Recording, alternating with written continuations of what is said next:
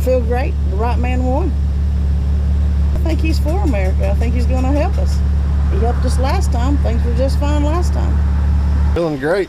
Get this country back where it needs to be. What was wrong with it before? Democrats. Stayed up till 3:15 till after he spoke.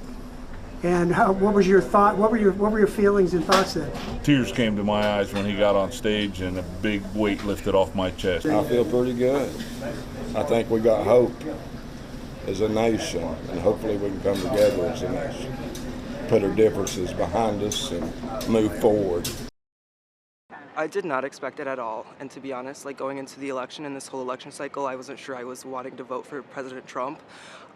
It was a very tumultuous process, but seeing the campaigning and seeing how Harris's policies ended up throughout the summer, and seeing Biden drop and seeing that really unsteady process, I realized that this was probably the best choice. I didn't think this would be the result, but I'm happy it was, and I'm happy we got to it quickly.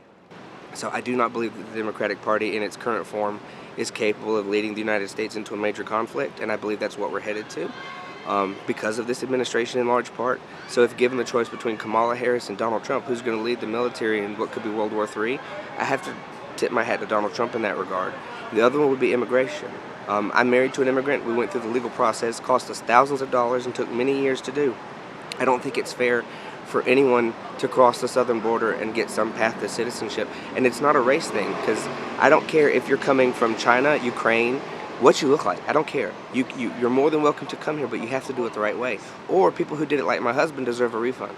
I'm a new resident. I'm honestly very disappointed, but I saw this coming last year, especially when everything on Gaza happened, but even before, when Joe Biden announced that he was running again for president, I just saw there was the lack of enthusiasm.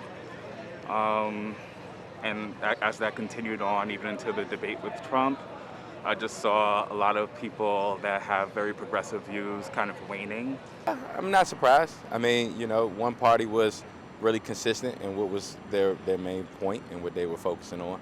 I feel like, the Democrats kind of jumped out there with a couple of rocky starts with, who was the initial candidate and having to switch gears and, you playing catch up, and when you play catch up, you start down, it's hard to come back, and, the more prepared party won. I'm not surprised. I kind of figured Trump would win, but it is sad at the same time that Kamala didn't win. I did my part, that's all I could do. Honestly, I'm still a little in shock. I'm still processing. That was the first thing I saw when I woke up this morning. And if I'm being completely honest, I wasn't expecting it to go this way based off of what I had been seeing.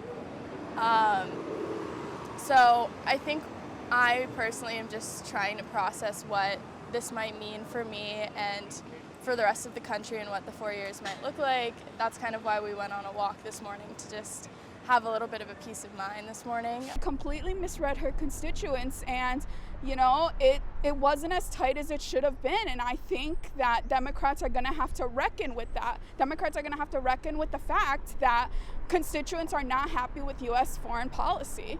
And that's enough to shift an election. Democrats seem to just stick with the party line, and I don't think that they really look at the numbers, or I think they make decisions with a little more emotion and less analytical. I mean, like I said, I set aside all the hate speech that's going on back and forth between both parties. They're both equally guilty of ridiculous things, but again, at the end of the day, I just look at track record, and I felt that the country was better off and more well managed under Trump.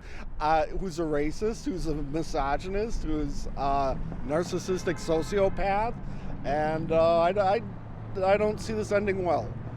I've been a Republican my whole life, and I think this nation voted without a conscience.